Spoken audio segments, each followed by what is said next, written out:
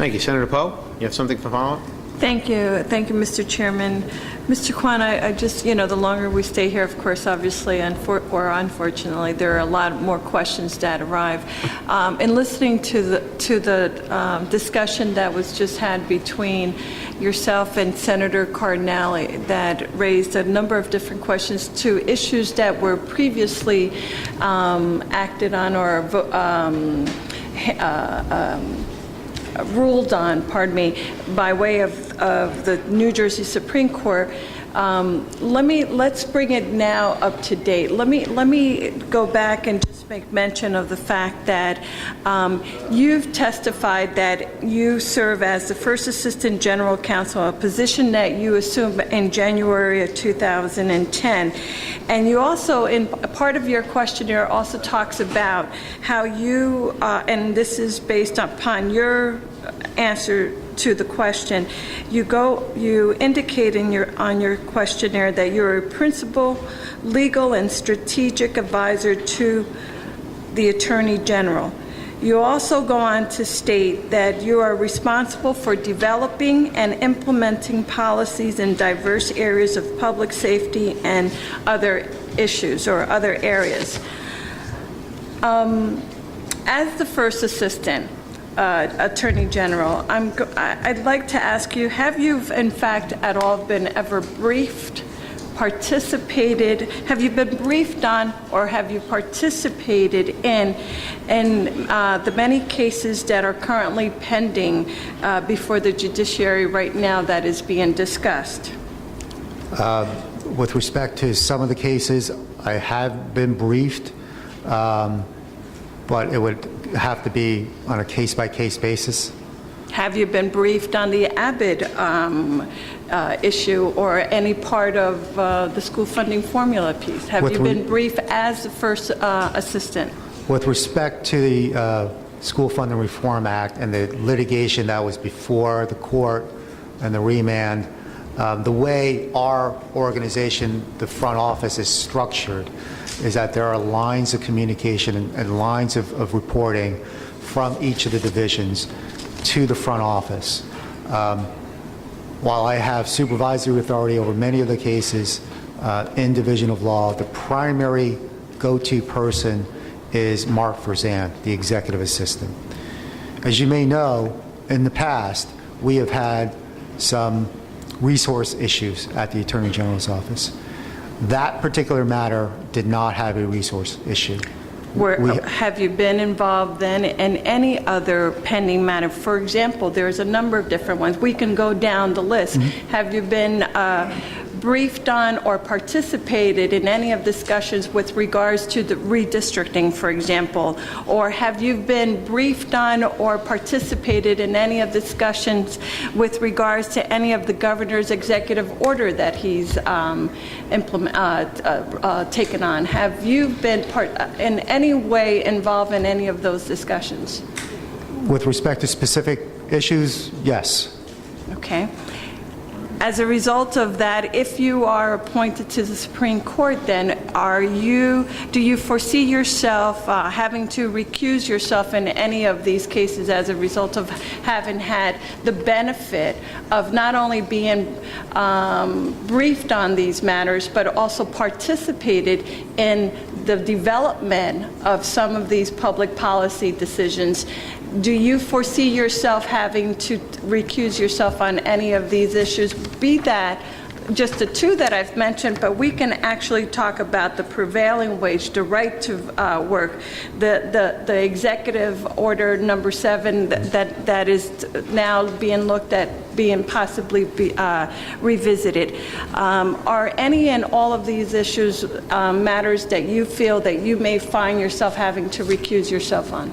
Recusal is going to be a very important issue, certainly with many of the matters that flow through the Attorney General's office. So that would be something I would look at, if I were to be confirmed, look at very closely. I have not presumed to find out what the rules are with respect to recusal, but it is certainly something that I will keep close eye on and recuse myself when appropriate according to the procedures and protocols of the court. Well, are there any areas that I've mentioned far in the list of issues before the courts at the present time that you find yourself feeling the need to possibly recuse yourself again because you've been part of those discussions and you've been part of developing those public policies? I would have to look at it on a case-by-case basis, Senator, and I would have to measure that analysis of my involvement in particular cases with the practice and the procedures and protocols of the court, and if it requires requires my recusal, I will recuse myself. Do you believe that you have an advantage should you be appointed to the Supreme Court, that you would have an advantage of knowing what the arguments would be before the courts? As a member of the Supreme Court, would you not feel that puts you at an advantage? Certainly that would be a factor in my determination as to whether it would be appropriate to recuse myself. If I had privileged information or information solely based upon my position, that would certainly be a factor as measured against the rules regarding recusal in the court. What are some of the rules that you think would be appropriately applied in these particular areas that you would have to take into account that would, and you can generalize it. I understand that we don't have to pick any one of those particular, but if you would just share with us your thoughts with respect to that. I don't know, Senator, what those rules and practices and procedures are. I have not looked at them, and nobody has spoken to me about them, but certainly the level of involvement in any particular case is going to be a factor. The age of a particular case is going to be a factor. So I think a lot of factors will come into play, and those rules and practices are fairly, I don't know, fairly standard within the court, and I would certainly take a look at those very carefully in making my determination. The age, you mentioned the age of those particular cases, and what we're talking about now is in the past 2 years as a member of the New Jersey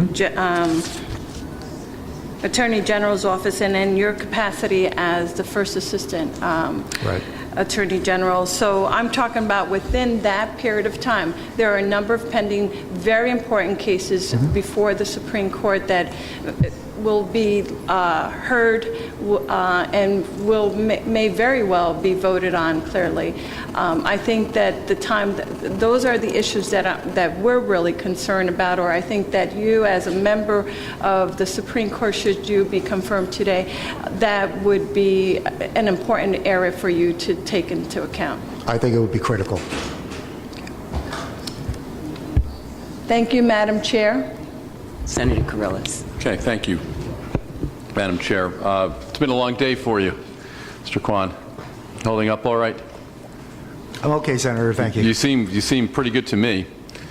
You know, I think if there was anybody that had any doubts as to your fitness, intellectually, from a temperament point of view, and otherwise for the role, they were persuaded today that you have what it takes.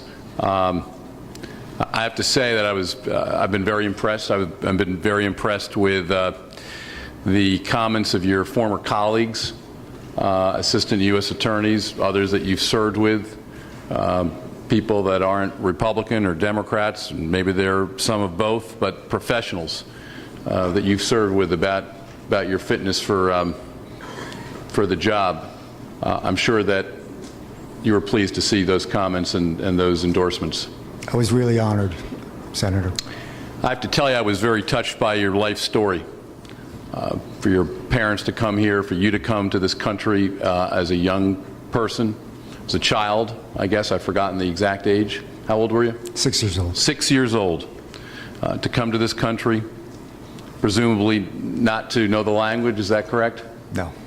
To succeed as you have in school, great colleges, college, law school, forget about a nomination to the state Supreme Court, to have done what you've done in private practice with the United States Attorney, with the Attorney General's office. It's quite an American dream story. Well, thank you, Senator. You know, I've heard about this problem of party affiliation all day. I have to tell the senators that Justice LaVecchia, my memory is, and my understanding from the record being reviewed today and in recent days, is that she is an unregistered voter, undeclared, excuse me. I'm sorry. Of course she's registered. We hope and expect she's registered. Undeclared voter, not affiliated with either party. A long-standing tradition on the court to have a balance such that has been proposed, and I frankly do not understand the questions that you've had to endure, Mr. Kwan. There's a reason why we have a hopeful balance on the court, so that it doesn't veer in any partisan way. And it seems to me that you, through all the roles that you have had, at least in recent years since you've become a prosecutor, have been strictly non-political. That you're exactly the kind of person that people consumed with balance and lack of partisanship should want to have on the court. And I think your answers today demonstrate your even-handedness and your lack of prejudgment.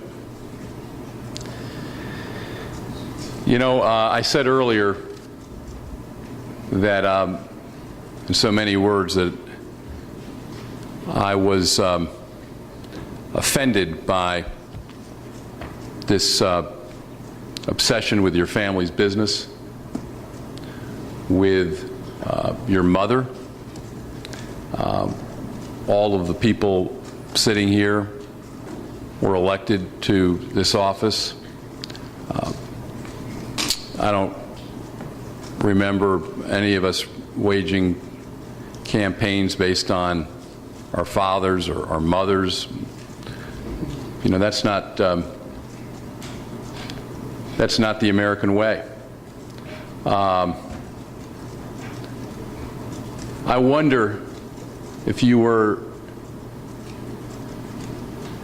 more emotional in your responses. You've been very appropriate, very respectful, very technical in your answers, and have answered very, very well, but more emotional in dealing with questions that I suspect you are surprised you would have to answer if we might have turned to more pressing issues regarding your candidacy. You have any thoughts on that? Senator, I have been appreciative of this process. I understand that it has been arduous sometimes for me and certainly my family, but having gone through this process, having met with the senators, it is clear to me how seriously this is viewed, and I appreciate the seriousness with which my candidacy has been explored. Well, I'm looking at your letter, and I can't remember anybody ever coming before this committee that has been more thorough, more transparent, made available for inspection and review personal, federal, and state tax returns, made available for inspection and review corporate tax returns of your parents' business. I will make available for inspection and review all bank records. Inspection and review available for bank records of the business.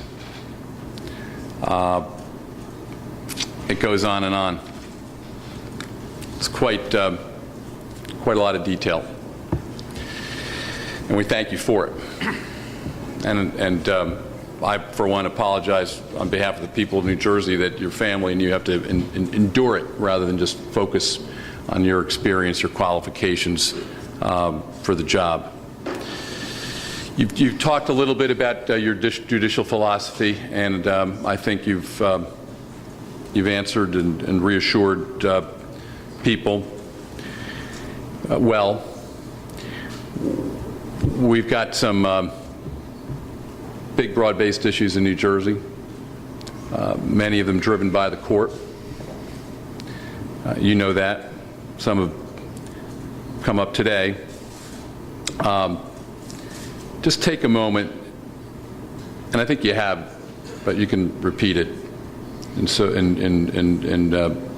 a fresh response. How do real-world impacts,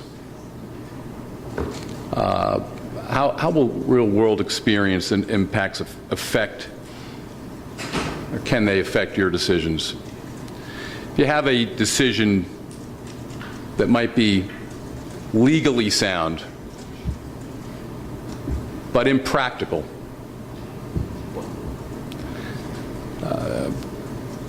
difficult to translate for the society, how would you strike that balance? I think it would depend, Senator, on every case and the facts of that case, what the nature of the difficulty would be, and any analysis that would be appropriate for that. It's difficult to answer a particular question like that in a vacuum for me, but certainly real world effects have some value in the assessment of not just the issue itself, but also the remedy. And it would have to be looked at very, very closely. Seems to me you have a lot of life experience and a lot to draw on, and a successful story, and I think a sense of what makes for success and fair play and opportunity in this state and in this country. So congratulations on today, and I'm hopeful for you, and thank you. Thank you, Senator.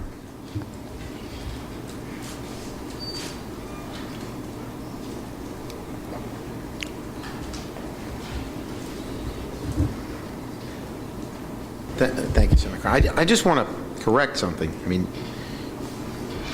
there were a number of different documents, and it was a difficult and arduous process to get them.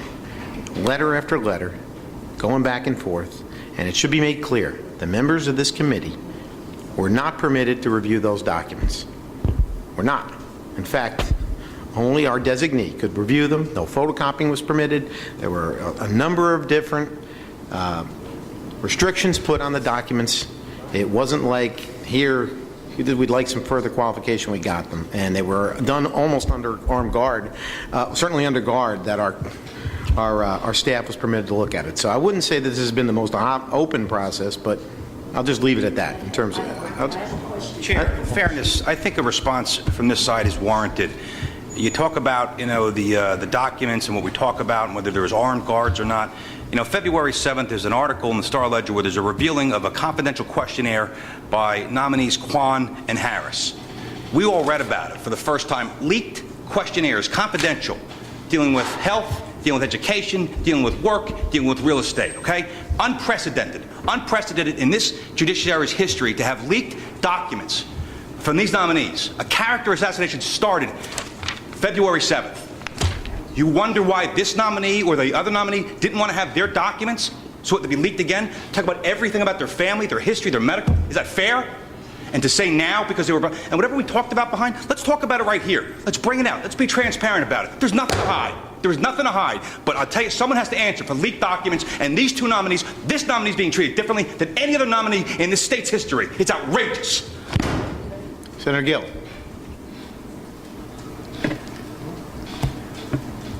This is my dispassionate reasoning. We were not permitted to deal with the issues in public of the taxes and the tax returns that you reference, Senator Kyrillos.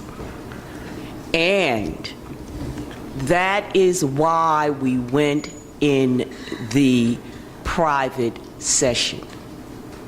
And we all abided by the agreement that because of the restrictions placed upon the issue of confidentiality by the governor's office, before they would even permit, not the senators, but the two aides who had to even give up their cell phones to look at the documents and were not even permitted to copy the documents.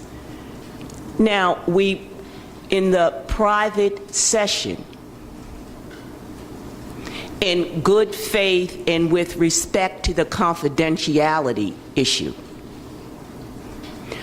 of those serious issues that were raised in the review of those documents, we had agreed not to reference the documents because of the confidentiality agreement. Let me respond, Madam. Wait a minute. And then you proceed to enumerate them as if to leave the impression, one, that we had them fully transparent, and that there were no serious issues raised in that private meeting about the information contained therein. Now, if you are going down that road, and you did, then it is now an issue of being able to articulate if there were serious issues. Because you referenced the income tax returns. And now, if there are serious issues that we felt were raised, but the confidentiality agreement was in place, then by all terms, you have already breached it. And Mr. once Chair, it is let me breached, quickly respond. I will finish. And once it is breached, then I think it is unfair for you to leave the impression that he gave us everything and everything is fine. And so that is my position with respect to what was supposed to be the confidentiality issue required by the governor's office, before the governor's office would allow. Can I respond, Mr. Chairman, please? When the senator's done, I'm going to go to Senator Cardinale, then I'll go. Well, she's addressing me. May I I'm going to go to the ranking member regarding their That's concern. fine. Senator Cardinale. Thank you, Mr. Chairman.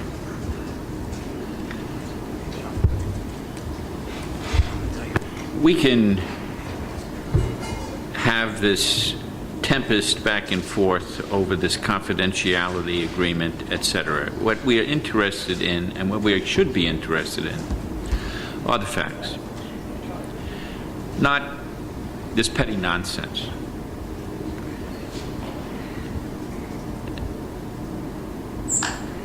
I don't mean to be insulting to anyone, And so I asked the question, and I asked it from what's in the public record before the courts. And you know, we can all get our little aids, and we can look at some documents, and we can pick a word here or pick a word there, and say, oh, whoa, what a big deal this is. But in the end, the experts from the federal government in the case that was before the U.S. Attorney looked at a lot more probably than our little aides did and came to a conclusion. And that conclusion was that there were no taxes due and that there were no penalties to be enforced. And that's the fact that was before the court, which approved that settlement agreement. What are we doing here? We're taking the reputation of a public servant who has served for years, making personal financial sacrifice. He could get a lot more money in a big law firm. We are taking and dragging him with this innuendo. I don't think there were any questions left open, and especially if you look at that public record, which clearly, you know, I don't know if you've ever been through an audit. Before we go any further, we're going to have our chance They're to, thorough. Senator, we're going to have our chance to give our commentary when we're about to vote. If there's nothing further on this issue, I'm going to close this out, see if there's any more questions for the nominee.